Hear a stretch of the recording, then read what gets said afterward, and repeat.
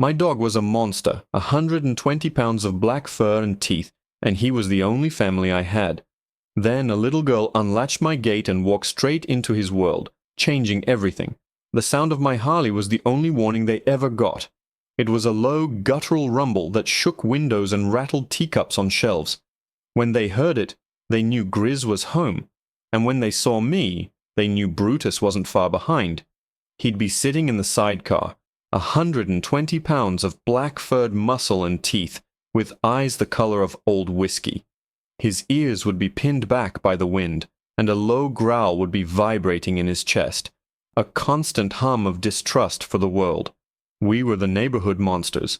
Me, with my scarred knuckles, faded leather vest, and a beard that hadn't seen a trimmer in a decade.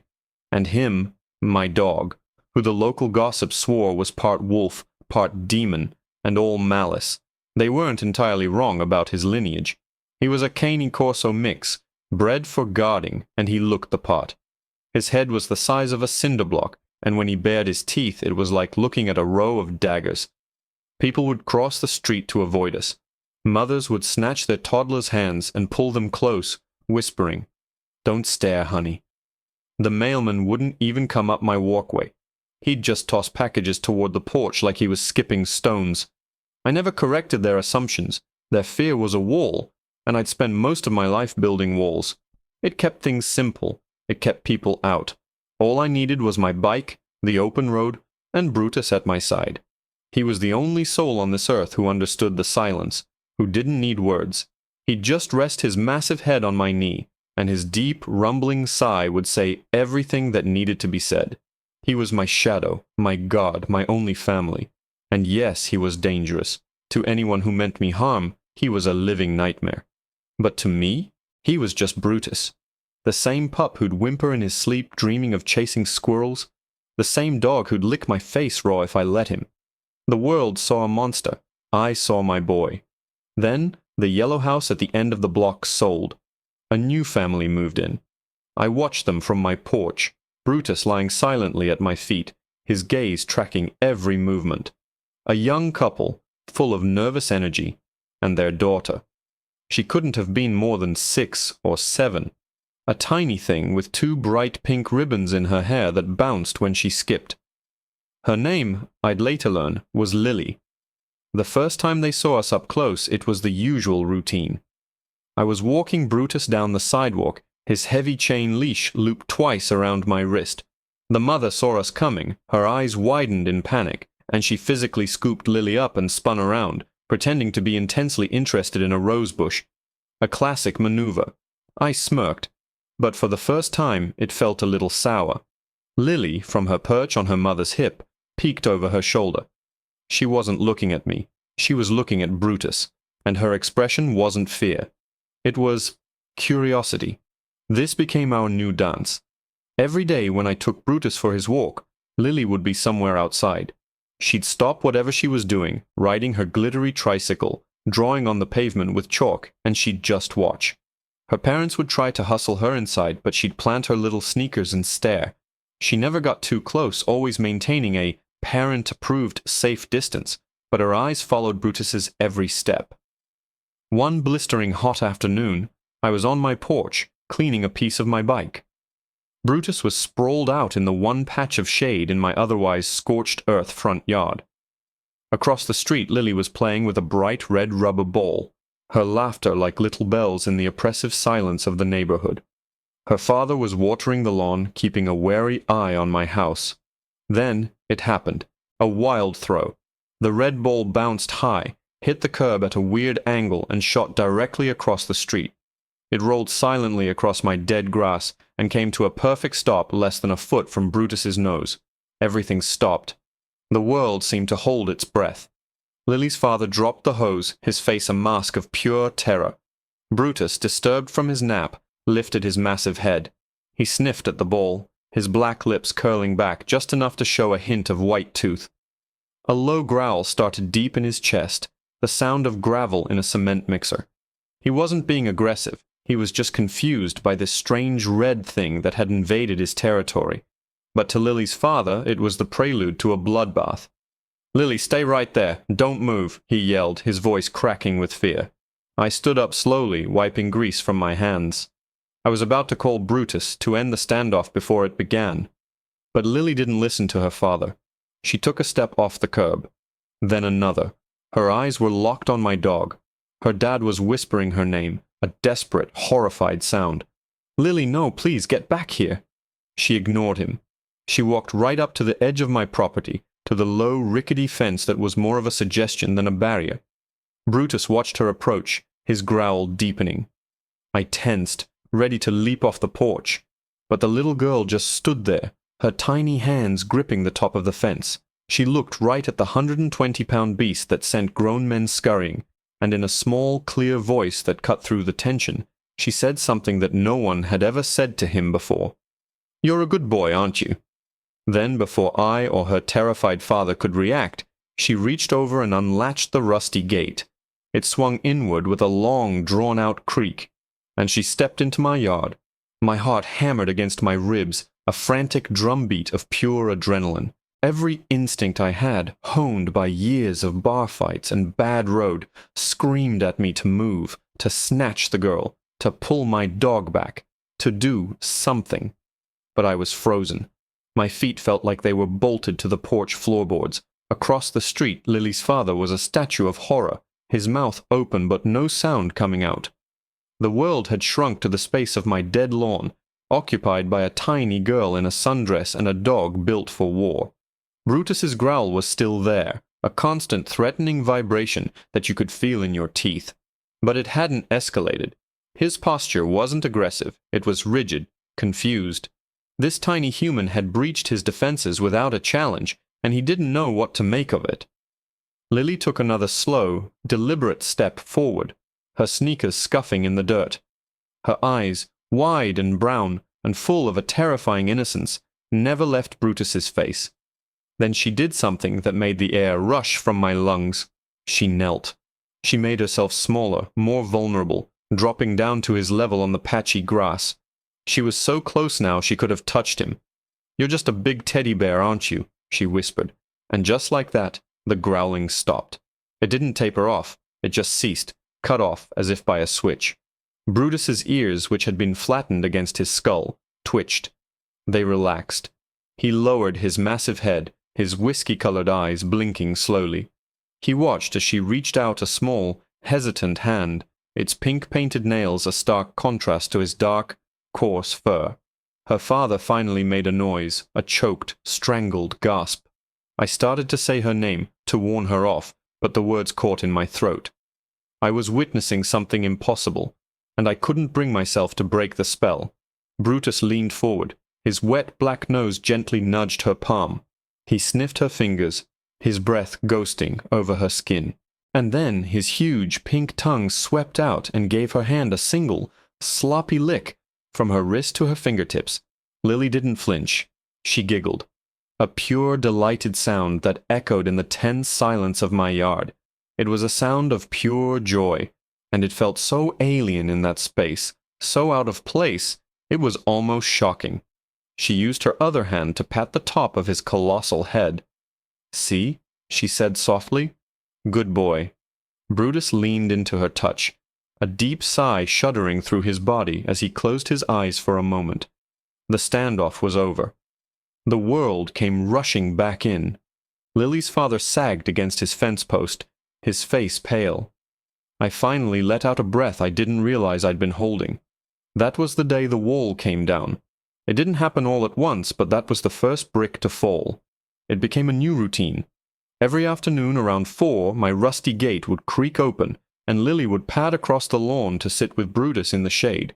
She'd bring him dandelions she'd picked, which he would politely sniff before sneezing. She'd read him picture books, her little finger tracing the words as she sounded them out. And Brutus, the beast everyone feared, would lie with his head in her lap, utterly content, his tail giving a slow, rhythmic thump against the dry earth. Her parents, Mark and Sarah, watched nervously from their porch for the first week. Then they started waving. One Saturday, Sarah walked over with a still warm apple pie. "For you," she'd said, avoiding my eyes. "For, you know." being good with her. I just grunted and took the pie, but the warmth of the dish spread through my hands and settled somewhere deep in my chest. I was changing. I started hosing down the porch. I patched the hole in my fence. I found myself answering Lily's endless stream of questions about my bike, my tattoos, and if Brutus snored when he slept. He did, like a chainsaw. For the first time in years, my life wasn't just about me and my dog against the world. It was about waiting for a little girl with pink ribbons in her hair to come and break the silence. One afternoon, I was watching them from my porch steps.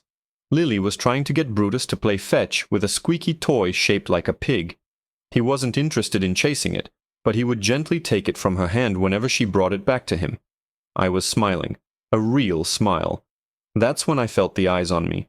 I looked up and saw Mrs. Davison from 2 houses down, peering through her blinds.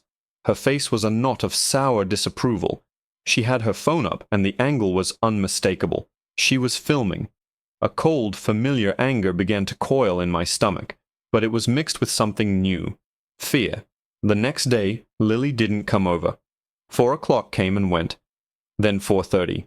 Brutus kept pacing to the gate, whining softly, his eyes fixed on the yellow house. The neighborhood was too quiet.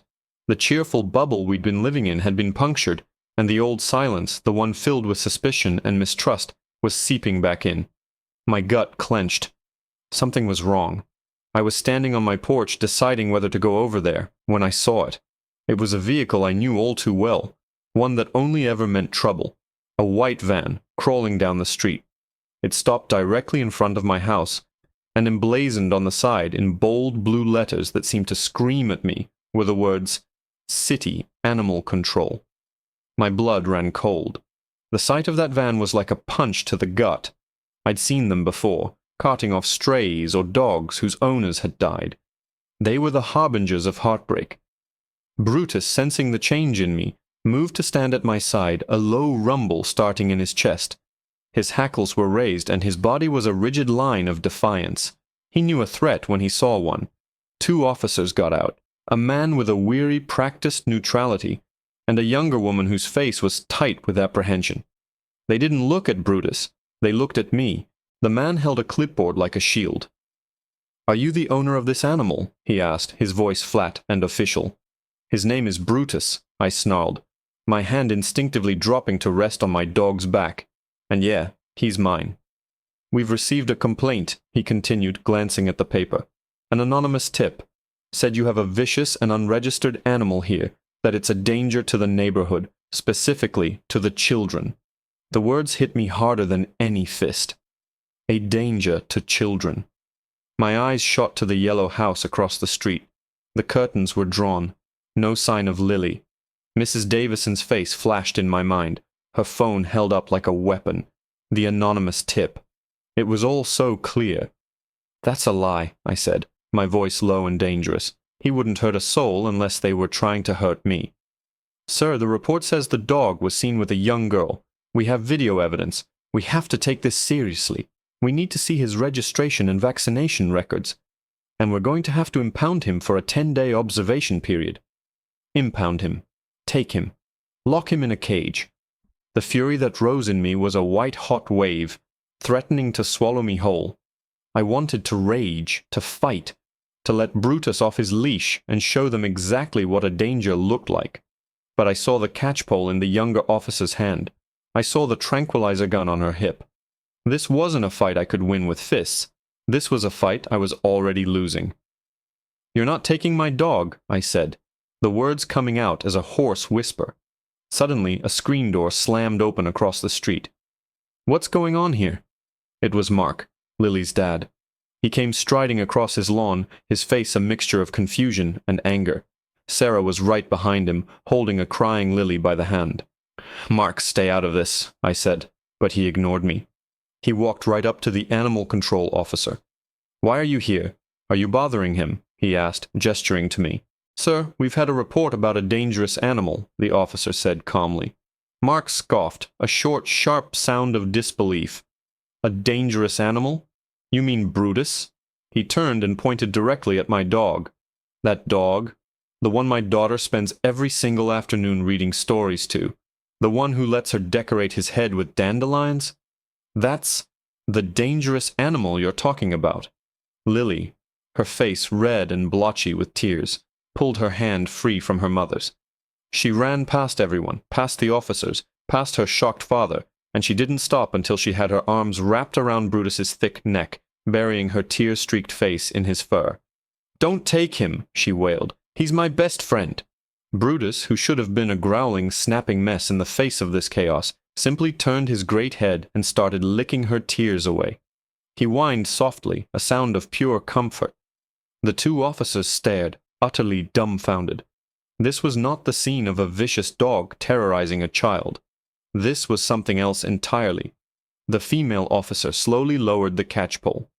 "I think I know who made that call," Sarah said, her voice shaking with rage as she glared down the street toward Mrs. Davison's house. "She's been watching us for days, hating that her version of the world was wrong." The lead officer looked from the crying girl hugging the vicious dog, to her furious parents, to me, the grizzled biker standing guard over them all. The rigid official mask on his face began to crumble. He sighed, a long, weary sound, and ran a hand over his face. "Look," he said, his voice softer now. "My hands are tied. A report was filed. I still have to see his papers." For a second, panic seized me. I'd gotten Brutus from a rescue years ago, a terrified, half-starved pup nobody wanted. The paperwork. Had I ever even registered him with the city? My mind was a blank.